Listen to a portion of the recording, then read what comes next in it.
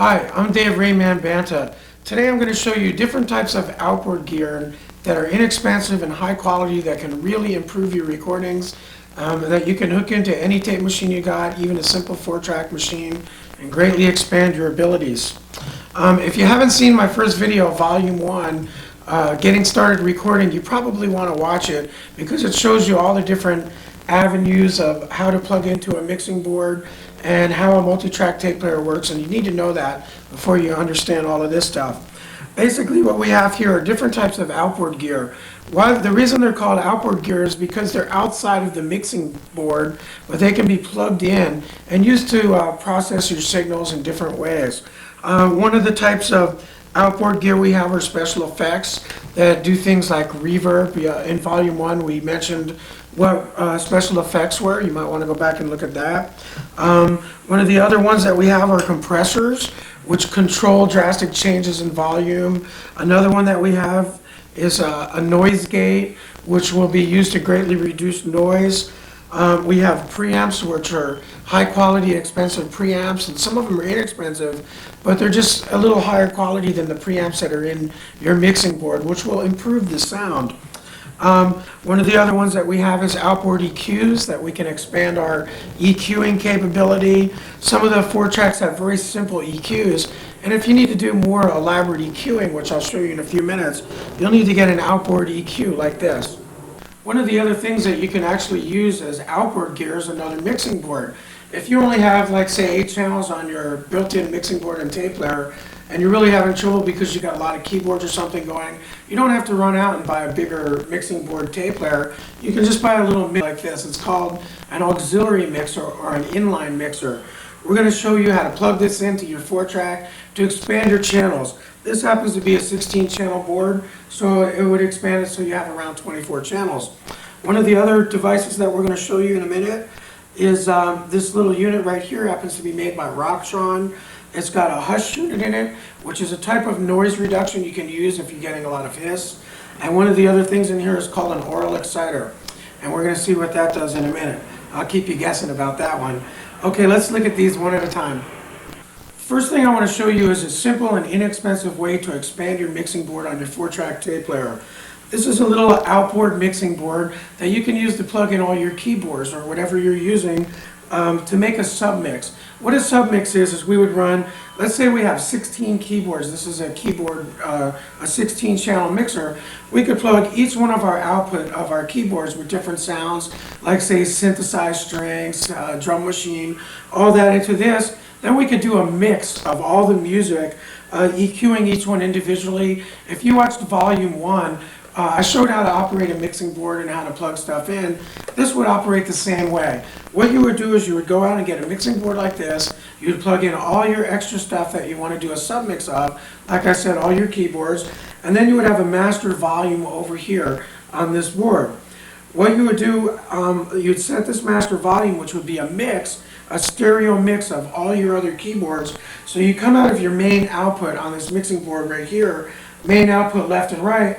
Then you just come over to your 4-track and you plug it into a line in, left and right. If you're going to one of these mono channels, like I showed you on the first video, you'd have to go 2 of them, one left and right, pan left and pan right.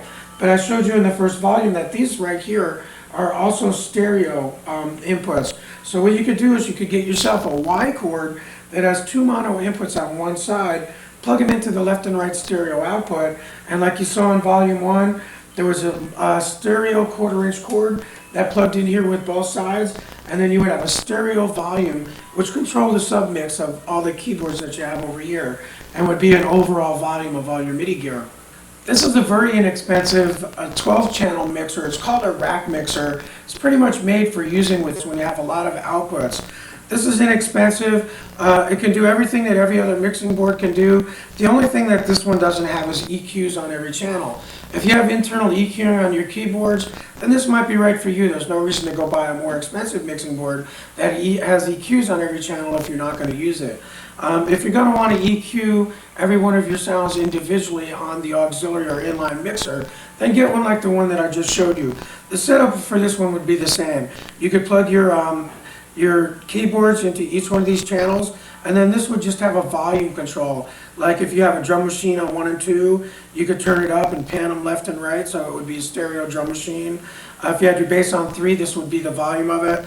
And you can also plug in 2 effects. You could plug in a reverb or a delay. Like I showed you in the first video how to plug that in. The setup would be the same way as it was. So if you don't know how to do this, you need to go back and look at volume 1, getting started recording. This would also plug into the 4-track the same as the other mixing board. Just come out of the main outputs left and right, go to a line in on the 4-track, switch it to line in, and you've got a 24-channel board. The next thing we're going to look at is a compressor. Compressors are great to have. They make mixes easier, and they actually change the sound in a good way. Let me explain to you first what a compressor is and what the 3 main controls are, and then I'll show you how to plug it in. What a compressor's main job is to control drastic changes in volume. If you have an inexperienced singer and she has drastic changes in volume, or maybe she's in and off the mic, a compressor will help level that out. What a compressor does is it resists increases in volume and also decreases in volume, so that if there's any big jumps, it smooths them out. If you look here on the compressor, you see the 3 main controls are the threshold, the ratio, and the gain. The first thing is the ratio. What the ratio is, it's the amount of resistance that the compressor has to changes in volume. If you notice, the knobs are marked on your compressor in ratios or in fraction, like 2 to 1, 3 to 1, 4 to 1. What that is it's really a ratio or a fraction. In other words, if somebody was singing and they made a big volume increase on their meter, say they were singing at 0 dB on their meter and they got really loud and had a 6 decibel increase, so your meter jumped up to +6, if it was going through a compressor set at 2 to 1, it would only jump from 0 to +3. If it was going through a compressor at 3 to 1, it would only jump from 0 to +2. Now the second control that we're looking at right here is called a threshold. Now a threshold is a line that you cross to get from one place to another, okay? I'm setting my threshold on this at 0, so in other words, everything that's below 0 on your VU meter will be non-compressed. But everything that goes above 0, the compressor will kick in and start resisting changes of volume. This is really handy if you're doing something like a ballad and you don't want the real soft, sensitive stuff to be messed with. You can set it at 0, so when somebody's singing soft, it doesn't screw up, their changes in their volume and their sensitivity. The only time it will grab and control the volume is when they start getting loud or get above 0. There's usually a light on these meters right here that says above or below. When the below one's on, that means it's not compressing at all. When the above one's on, that means the compressor's engaged and resisting changes in volume. Now the third main control on a compressor is called a gain.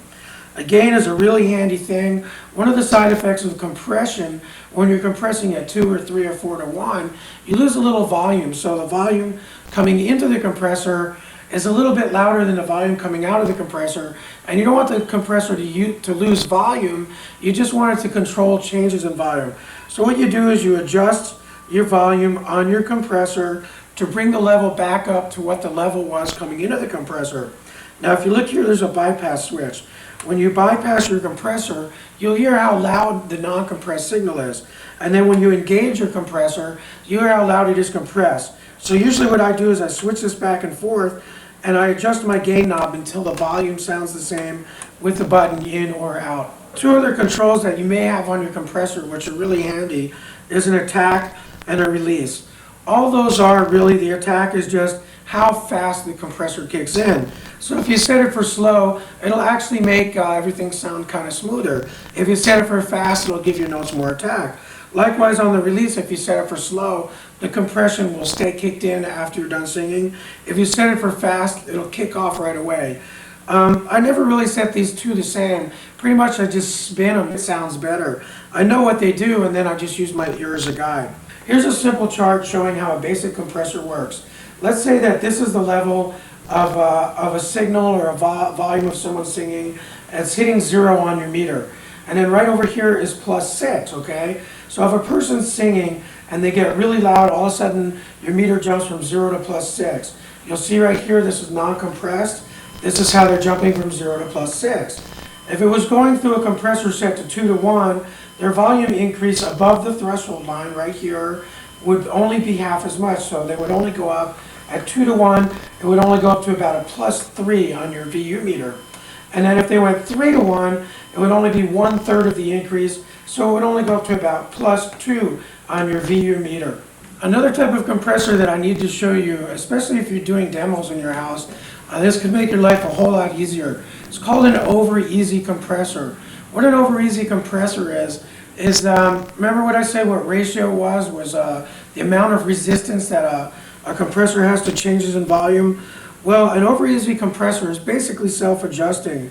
The louder that you get, the higher the ratio. If you have a young singer who's all over the mic or doesn't know how to sing pretty steady, this will be self-adjusting when they're jumping drastically in levels. It's really easy to set an Overeasy compressor. Basically, when you put the slider all the way to one side, that means there's no compression. When you put it all the way to the other side, that's as much compression as you can get out of it. Well, right here is a level set or a volume set. Remember we said that when you add compression, you tend to lose volume? Well, what you need to do is you need to run your vocalist through this compressor. You need to slide your slider all the way to one side, and then slide it all the way to the other side, and you'll notice a change in the volume. It'll either get softer or louder. Then you need to adjust this level set till when you go back and forth, it doesn't change at all in volume. It sounds the same. Then you just need to take this fader, the slider right here, and you need to just put it up a little bit. Remember, the more you put it, the more compression you get. You don't want to go all the way to more because you'll probably kill all of your dynamics. So I would just set my amount of compression based on how good the singer is. I would try to stay as close to less as I can. Now, if we look over here at the chart, you get a better idea of how an Overeasy compressor works. Remember when we went on a regular compressor at 2 to 1, it was half of the volume increase?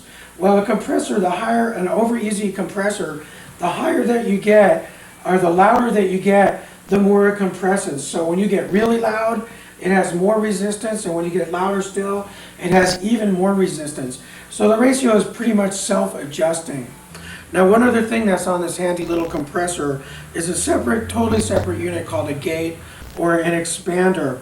You can buy a Nuys gate totally separately, and they're very simple to use, and they're actually great for cutting noise. What a Nuys gate does is when you're singing into a mic or something like that, when you're not singing, it can tell you're not singing and it shuts the mic off. Two main things that'll cut out is if somebody's walking around in the room, or if there's even tape hiss or anything like that, or breathing, it'll cut all of that noise out. Now there's two main controls on a compressor, and what you need to do is you need to set, the first one is the threshold. It's the same as the threshold, on the gate. It's the same as the threshold on a compressor, but it's different. On the compressor, everything that goes over the threshold is compressed. Well, on the gate, it's the opposite. Everything that goes below the threshold gets shut off. So what you need to do is you need to play your track with somebody singing or whatever you're going to be gating, and you need to set your threshold so that when the quietest noise of the person singing, the most softest thing they're singing, the gate is above the threshold so it doesn't cut it off. And then when the room is just still by itself, that's below the threshold, so it kicks on and cuts the mic when the person's not singing. This unit actually has what's called a dynamic expander. It's a form of a gate, but it's a little more adjustable than a gate. When you're using an ordinary noise gate, when the signal or the volume of what you're recording falls below the threshold, it kills the sound, like I said, so it cuts out all the noise. Well, what a dynamic expander has, it has an adjustment for how low it cuts the noise. You can go all the way to maximum, so it'll totally cut the mic dead so you don't hear any noise. Or you could do it like halfway. So all it does is when a person's not singing, it just reduces the noise. It kind of sounds a little more natural that way. I've been known to use dynamic expanders on ballads so that when a breath is coming, it doesn't cut the breath off. It'll just reduce the volume of the breath and not totally cut it. Let me show you how to plug in a compressor to a 4-track recorder. Some of the bigger mixing boards actually have what's called a channel insert, which is a place to tap into the channel to plug a compressor in. If you have one of those, that's the best place to do it.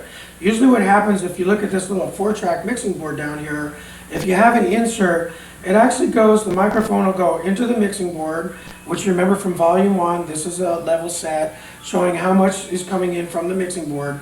And then it usually leaves the mixing board right there to go to the compressor. So basically this would control how much level is going into the compressor, which is a very good thing. Then it would come back in to the mixing board right here before the EQ. Now unfortunately some 4-tracks like this one don't have channel inserts. So what you have to do is you need to plug the microphone or the keyboard. If you want to track it, record it to your multi-track with compression, you need to plug your keyboard directly into the compressor and then go out of the compressor into a line in. This way it's hitting the compressor before it's going to tape. One of the other popular ways of using a compressor is on the overall mix. If you remember in volume 1 when we showed you how to do a little mix on the keyboard, on the mixing board, how you mix everything down to a stereo mix, this happens to be a stereo compressor. It's got left side and right side. When you come out of here and you plug into your 2-track cassette and you're doing a stereo mix of all your tracks, before you plug it into your cassette, you can go main left and right out of your mixing board here, into in left and right on your compressor, then out of your compressor left and right into your cassette. This will be an overall compression for your stereo mix and keep the volume of everything combined under control. One thing you would want to do, there's a stereo couple in here too. You would want to push this button down. What that basically does is takes one side of this compressor and makes the controls from one side control the other side. This way both sides are set exactly the same, because if you're running a stereo mix through here, you want both sides to be controlled the same. You don't want one side to be whacked out compared to the other side. So put your stereo on couple so that both sides are running together. Go out of your mixing board, into the compressor, out of the compressor, into the cassette, and you're ready to mix. The next piece of outboard gear that we're going to show you is something that no home studio would be complete without. You need to get, in one form or another, an inexpensive type of effects unit that does reverbs, delays, and echoes and stuff like that. In a minute I'll show you what they are, what each one is, and how to set it. There are basically 4 groups of effects. The first group of effects is reverbs, and they simulate live room sounds. The next type of effects is echoes or delays, and they simulate repetitions on your voice. You'll see that in a second. The third type of effect is chorus, flanges, and phasers, and they kind of throw everything out a little bit, kind of has an underwater sound to it. And the fourth type of effect is a harmonizer or pitch change, which basically detunes. Now let's look at these all one at a time. Reverb. The first type of effect is reverbs. I told you in volume 1 that what reverb meant, a verb is an action, while a reverb is a reaction. What a reverb is an electronic device simulating the sound of a live room. I'm in a living room right now that has some wood. You can probably hear a little natural reverb on my voice. Well, what we do in recording is we can add and simulate generically other types of reverbs like large rooms, small rooms, concert halls, without ever having to actually go to a large room. They're very simple to set, and let's take a look at how to set them right now. Now there's 2 main parameters that you can adjust on reverb. The first one would be the length or reverb time. Right here we see 2.6 seconds. That would be a big hall, kind of like a big concert hall. You can actually shorten it and make it more like a small hall. From half a second to about 1 second would be a small hall. From 1 second to about 2 seconds would be a medium hall. And from 2 seconds up would be a large hall. Now the second parameter that you need to be concerned with would be delay. Basically what the delay is, it's a delay before the reverb starts. I like to use a little pre-delay so that when somebody's singing, the reverb doesn't start right away and gives a little bit of the dry signal so you can hear the person singing a little clearer. Then the reverb comes in after. I usually use my pre-delay anywhere from 30 up to 120 milliseconds. It gives a little more clarity to the voice. Try with that. Longer reverb, shorter reverb, longer pre-delay and shorter pre-delay. And I'm sure that you'll find something you like. Gated reverb. One of the other types of reverb that you just heard a second ago is a gated reverb. It's the same as the hall reverb that we heard, but at a planned time, all of a sudden it just cuts off and is not allowed to naturally dissipate. They're excellent for using on snare drums and different sounds that you want reverb, but you want a tight, clear sound. The way that you can determine how long the gated reverb sustains before it cuts off is the same as on the other one. It's room size.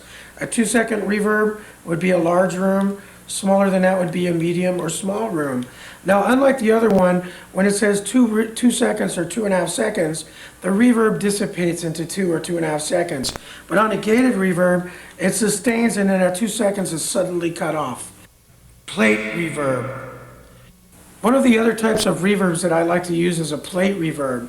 In the older days, before they had digital reverbs, the way that they used to simulate a reverb was they'd get a big sheet of metal in a room, and they'd put something like a speaker on one end of the metal, which would generate your vocal sound or whatever you're adding reverb to, and it would shake the big plate. And at the other side of the plate would be a microphone that picked up the tin shaking.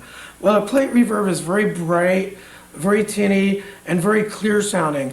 I like to use it if I have let's say I have a vocalist that's very muddy sounding and I need some clarity. I like to use the plate reverb. They're also great for snare drums. The same parameters apply to a hall reverb. You have room length, which goes longer or shorter, and you also have pre-delay, where you could set how long it waits before it actually starts. Echo. The second type of effect is a delay or an echo. What a delay or an echo is, it's basically a repetition on your voice. If you have ever gone out hiking and you've yelled into a canyon and you heard your voice repeat, that's what a delay or an echo is. A delay is one repetition of your voice, and an echo is more than one repetition of your voice. Let's take a look at how to set these. The main parameters that you need to be concerned with with a delay is the length of the delay, or how long the repetition takes to occur. In this case, it's 100 milliseconds or 1/10 of a second. And the number, the echo or the delay actually slows down. An echo actually works the same way as a delay. The number of the delay, the higher it is, the longer it takes for the echo to happen, or the slower it goes. You see we're here at about 180.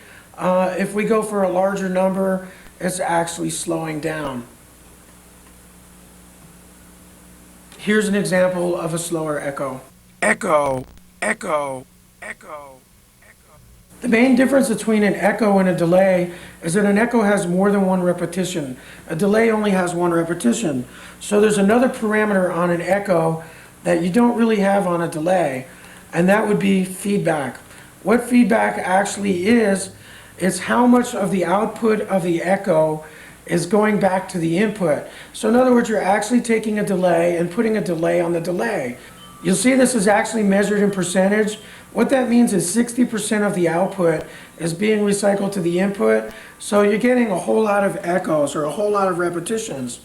I usually like to go around 30%, which would be about 3 repetitions. About 40% is about 4 repetitions if you want more echo. Here's an example of 30%. Echo, echo, echo, echo. Here's an example of 50%. Echo, echo, echo, echo, echo. Flanger, phaser, and chorus. The next group of effects we're going to talk about are flangers, phasers, and choruses. Basically what a flanger, phaser, or a chorus is, they're all the same. We'll look a minute at the parameters of the differences of each one.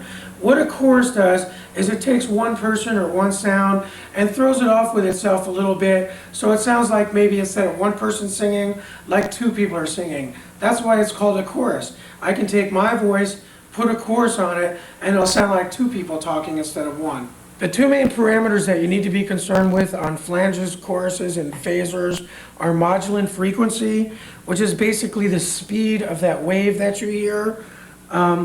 It comes in hertz, so when you make it higher, like 1, 1.1, 1.2, the wave actually occurs slower. And the other one that you need to be concerned with is the modulant depth, which is how loud the wave is. Here's an example of a flange. Now here's an example with a faster wave, and here's an example with a higher modulant depth. The chorus is usually a faster wave, about 0.2 hertz or every 2/10 of a second to 0.5 hertz. The flange is usually about 0.5 hertz up to a second, and the phaser is usually a second or more.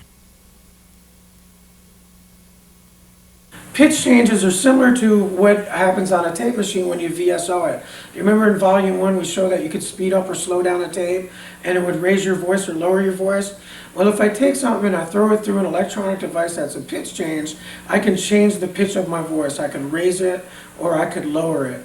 The two main parameters that we need to be concerned about in a pitch change is the main pitch change, like here we see 0. When you do it +1, it'll actually go up a whole note on your piano. +2 would actually go up 2 notes.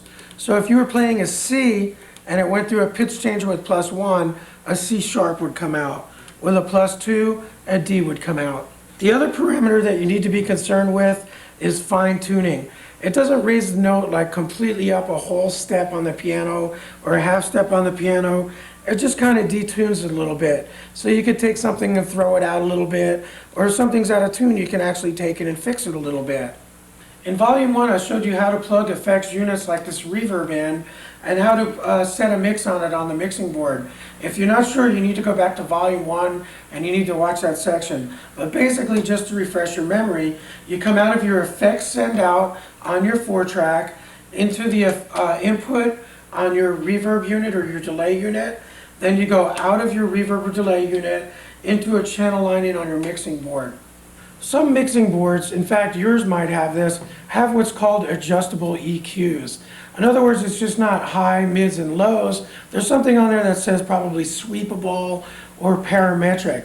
One of the other types of EQs that we're going to look at are graphic. Now, if your little 4-track recorder doesn't have it, you can actually go out and buy one very inexpensively, which will definitely improve your sound and your capabilities. One thing you need to understand, starting with EQing, is that you need to understand what sound is. Sound is a series of vibrations that happen, vocal cord vibrating, okay? When vibrations happen a certain amount of time per second or per minute, that's called hertz. So an A, middle A on your keyboard is A440. If you have a guitar tuner or some kind of a tuner, you might have noticed that it says A440. What that means is that middle A is a vibration of 440 times per second. Once again, hertz is vibrations per second, okay? Now middle A is 440 hertz or 440 vibrations per second. Something that's really interesting about these vibrations, if you speed them up, the note gets higher. If you slow them down, the note gets lower. And it's exactly double is 1 octave. So if I take middle A, or 440 hertz, and I speed the vibrations up to be twice as fast, 880 hertz, or 880 vibrations per second, that would be high A, or 1 octave higher. Likewise, to cut it in half actually reduces it by 1 octave. So low A would be 220 hertz, or 220 vibrations per second. If your board has what's called parametric or sweepable EQs, basically what that means is they're adjustable. You have a volume of your high end, a volume of your low end. Well, you can adjust how high that high end knob is and how low that low end knob is. If we look at this mixing board right here, this mixing board happens to have 2 parametrics on each channel. Okay? Para means 2. Whenever you have a parametric EQ, it comes in a pair of knobs. One of the knobs controls the volume. In other words, right here's my EQ of my high mids. I'm boosting it or I'm reducing it. And then this knob tells me how high that knob is. I can set it for 4K, which is 4,000 hertz, 4,000 vibrations per second, or 700. So basically, I can turn up my high end, or I can make it real high end or super high end. Same thing with the lows. I can turn up my lows. I can adjust this so it's low, it's deep lows, or it's really deep lows. A good guideline to think of when you're EQing a vocal is think of the lower part of the body as a lower frequency range. If you're EQing a vocal and you push around 100 hertz, that's kind of the chest voice. If you push around 220 to 440, that's kind of like the center of the voice. If you push around 1K to 3K, that's kind of the nasally part of the voice. And if you push like around 4K and above, 7.5K, that's more of the ambient room sound. It actually gives more presence to the vocal. One of the other common types of EQs that we have is called a graphic. If you look at this EQ here that I'm holding in my hand, it looks like there are several EQs in here, but there's actually only two of them. The top one is the left side, and the bottom one is the right side. Remember we talked about frequencies, and the higher the frequency or the faster the vibration, the higher the notes, okay? Well, the human ear can hear about 20 vibrations per second, up to 20,000 vibrations per second. This right here is 20 vibrations per second. It's the lowest note a human ear can hear. This one's just slightly higher than that, slightly higher than that. So a good way to think of it is this is really, really low. This is really low. These are lows. And then as you get over more towards here, then you have the mids, you have the high mids, you have the highs, and you have the super highs. You might want to try to EQ a vocal something similar to this. Try boosting it like around from 3K and bringing it up a little bit. And if you want to add some low end to a vocal, try adding about 300 and a little below. Now the reason this is called a graphic EQ is because when you look at these sliders here, you can actually see a curve right here. And that's showing like actually a drawing of the EQing, the curve that we're doing to the EQ. The hookup for this is pretty much the same as the compressor. If you want to EQ to tape, you take your microphone or your keyboard, whatever you want to EQ to tape, you plug it into the EQ, then out of the EQ to the line in on the board. Some EQs, if you want to take this, it's a stereo EQ. One thing that you might want to do, if you have your whole mix and you need a little high end or a low end on your whole recording, you come out of your mixing board, the main left and the main right, you go into the left side of the EQ and into the right side of the EQ, then you go out of the left side and out of the right side into your cassette. This way you can add low end or high end to the whole mix, left and right side. Now one thing you need to realize about a microphone is a microphone doesn't really generate enough power to be recorded to tape. So virtually always when you plug it into your board or whatever, there's a little preamp, you remember the gain from volume 1, that boosts the level or the volume of the microphone so it's loud enough to actually be recorded. Well, one thing that really definitely deserves looking at is an outboard preamp. It's basically one knob off the board. You remember the gain, trim, attenuation on the board? That's what this is, but it's a more expensive version. You can get some inexpensive ones for $50, $100 used. They go all the way up to $1,500, $2,000. I wouldn't obviously buy that with a 4-track. I'd get one, a $50, $100 one. Basically all this does is it boosts the microphone up so it's loud enough to be recorded on tape, and it's a higher quality preamp than what's in your mixing board on your 4-track. So it actually improves the sound of what's going to tape. You can also plug your keyboard into here and adjust your record level from here, then go out here into your line in on your mixing board, and you will get a better sound on your keyboards also. The hookup for a preamp is actually very simple. Either plug your mic or your keyboard into the preamp, then go out of the preamp into line in on your mixing board. Then just use this preamp here to adjust a nice record level going into your mixing board. And it will definitely improve the sound of your recording. The last and final piece of outboard gear that I'd like to show you, which definitely deserves looking at, is called an Aural Exciter. It's spelled A-U-R-A-L, which stands for your ear. What it does is it kind of adds some clarity to anything that you have that may sound muddy or may sound distant. If you have something that sounds muffled, try running it through an Aural Exciter and it adds clarity to it. If you look at this unit that I've got in my hand, it has an Aural Exciter. Aural Exciter is really easy to adjust. It has a knob on there that says amount of excitement or process. The more you turn it up, the more clarity it gets. Don't turn it up too high because it'll actually start making things sounding brittle and thin. This happens to be a stereo exciter. Some people actually like to take their whole stereo mix when they're mixing the cassette and run it left and right, and it'll add a little clarity or pristineness to the whole mix. Now this unit also has something else on it called a hush 2, which is a type of noise reduction. It's very easy to use. You just engage it, turn on the hush, and then you just turn it up and it will reduce the hiss. Don't turn it up too high because it may actually roll out some of the pristineness of the mix. So I just turn it up until my hiss is pretty much gone, but my high end is still there. The hookup for this is actually very easy. All you need to do is go into the exciter and out of the exciter into line in if you want to use it while you're printing to your multi-track. If you want to use it on the overall mix, just come out of your main left and right on your mixing board, go into left side and into right side, and then go out of your left side of your Aural Exciter and out of your right side into your stereo cassette. Be very careful when using overall Exciter mix because it does add a little bit too much high end if you push it too hard.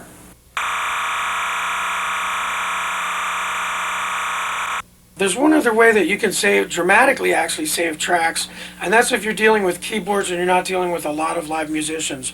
If most of your music is like programmed in your keyboard with strings and piano and all those different sounds, you obviously can't record all that stuff to a 4-track. It's kind of difficult. So the keyboards nowadays, a lot of them have what's called a sequencer. Basically what that means is it's like an internal recorder. It doesn't record, microphone stuff, but if I play a piano, it'll play it back like a player piano. So what I do, if I have a sequencer and I play all of my music, I can lock it to tape rather than actually recording it onto tape. If I have strings and pianos, I can't record all that to tape. So design engineers came out with what's called a sync tone. What a sync tone is, it's a little computer tone that several different devices generate, and it's just a computer tone.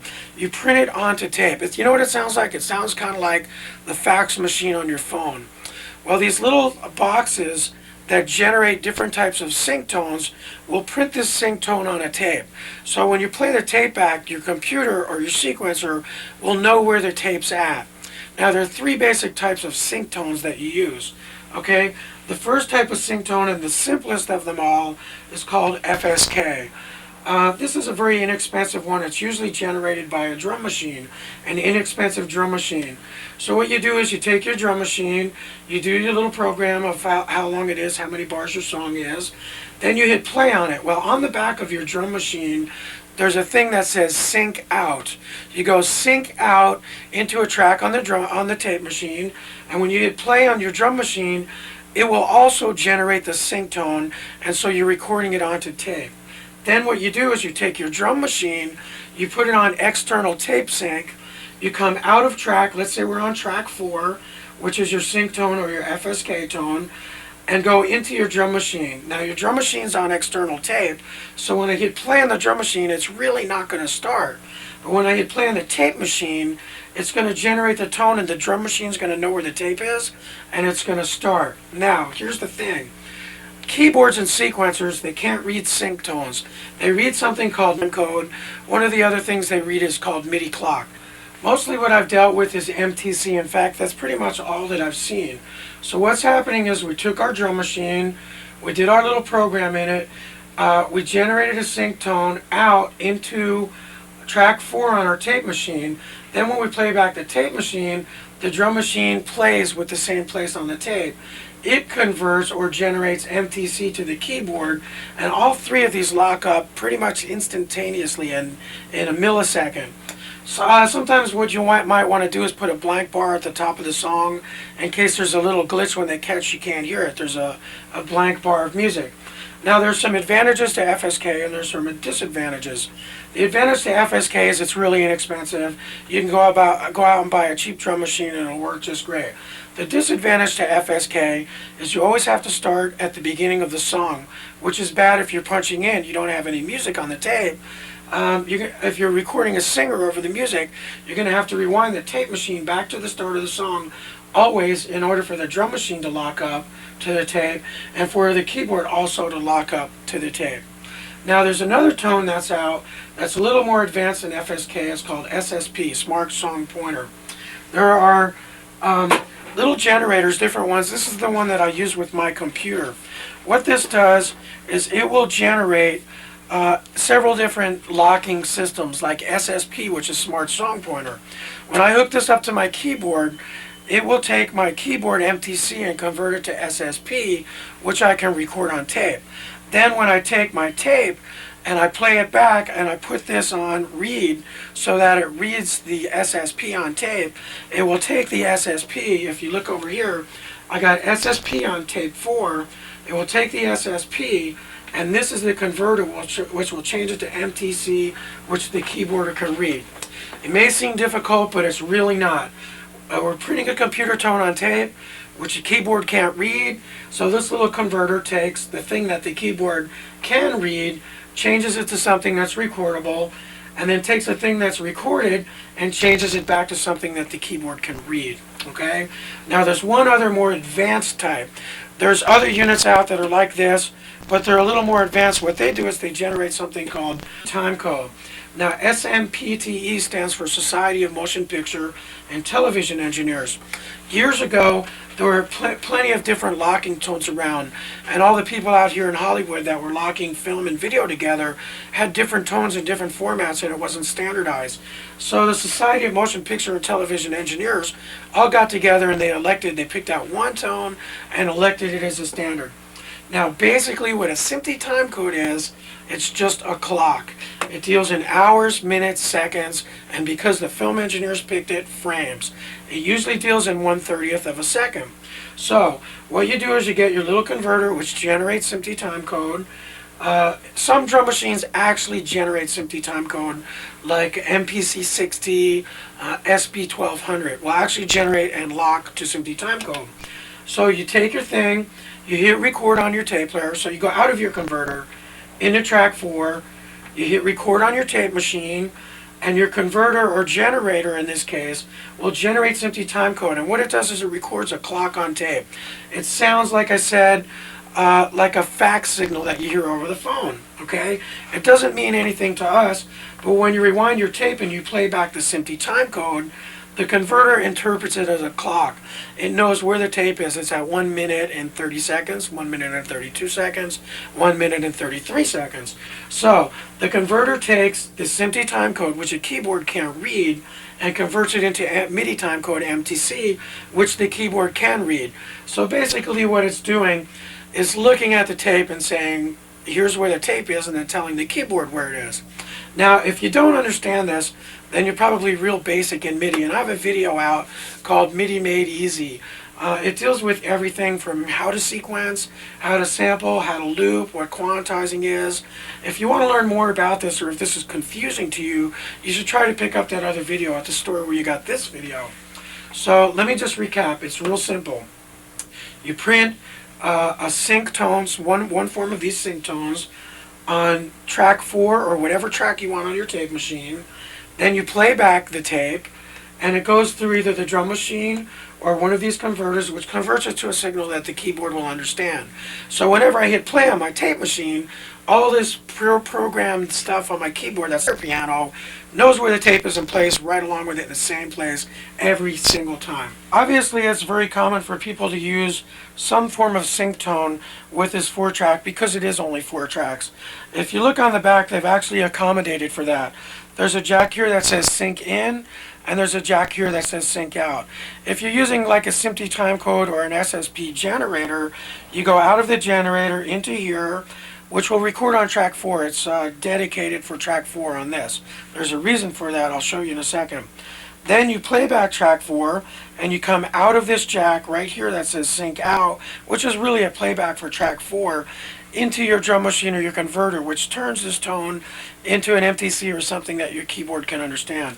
Now, here's why they went to great lengths to put in an extra in and out. There's something on this tape player called DBX. What DBX is a noise reduction. You know, it's an inexpensive tape deck, so they can't put, you know, millions of dollars or thousands of dollars, whatever, into making the thing extremely quiet. So they put noise reduction on it, what actually sounds really good and does the job. But there's one problem with using DBX with a sync tone. If you use DBX or noise reduction on a sync tone, it screws it up so that the keyboards really get lost and don't know what's going on. So, if you look over here, there's 3 different settings right here on the DBX. One is off, which you might want to use while you're using a keyboard or some kind of a thing to lock to sync. The other one is on, which puts DBX on all 4 tracks, reduces all the noise. And the 3rd setting is sync. What this 3rd setting does is it puts DBX on tracks 1, 2, and 3, but doesn't put noise reduction on track 4 so it doesn't mess up your SMPTE timecode. Basically, when you have a SMPTE timecode, you don't want to EQ it, you don't want to process it, you want it to come straight out of your generator, straight to tape. Most people print it at -10 to -7 on your meter. Once again, look on your tape machine and see what it says.